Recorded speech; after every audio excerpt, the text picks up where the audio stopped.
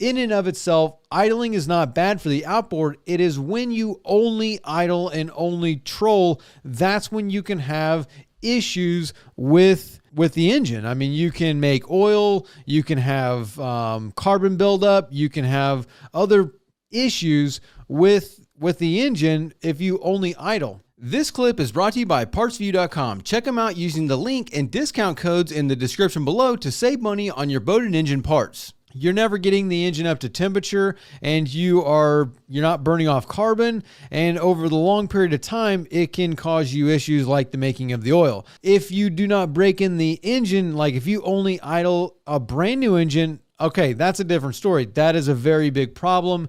That is something that you do not want to do because it'll be an issue for the life of that engine in most cases. Though you can usually fix it with a good re-break in or a good dose of heat and a decarbonization component like yick or something like that. But if you idle, you're going to be building carbon and you're going to have blow by. That is why, you want to do wide open throttle and idling. So depending on the water temperature that you run in, if you run in a water that is really, really cold, then you don't want to put your boat in the water, run across the lake, and then, within 7 minutes, just start idling for an hour to 2 hours as you work a bank and, you're fishing or you go up a river or something like that. What you're going to want to do is go ahead and put the boat in the water and then maybe run a lap around the lake to heat up the boat, or heat up the engine.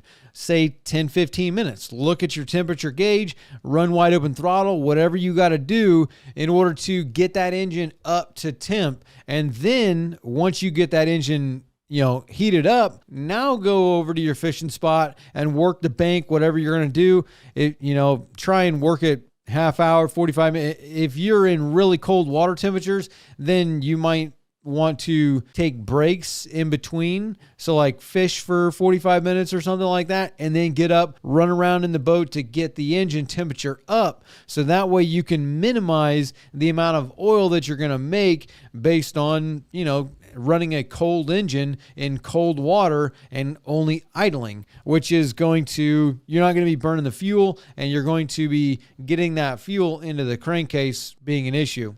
Also, like on SHOs and stuff like that, performance engines, the mapping of that engine is more for a very aggressive hole shot, top speed. It's built for performance. It's not built for putting it in the lake, putting over at 2,000 RPMs to a fishing spot, idling for 3 hours as you fish, and then putting back and putting it up on the trailer and taking it home.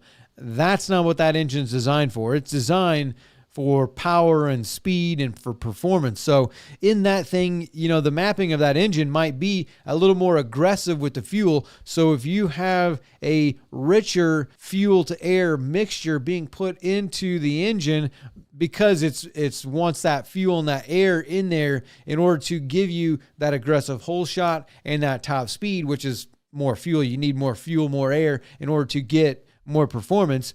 So the mapping of that engine is built that way. So if you're getting a rich mixture at idle, one, it can clean off the oil from the walls of the cylinders, and then two, you can get blow by and it'll push the fuel into the engine oil, and there you got a problem. Now, you can fix that by changing the propeller. So if you are underpropped or maybe you're way overpropped, something like that, it's going to affect the load that's on the engine, which is going to increase the making of the oil or not being able to burn it or staying at a really colder temperature because the engine's never, working hard enough to get up to higher temps, which is going to help you burn that fuel and all that off. So that's kind of the issue with the idling.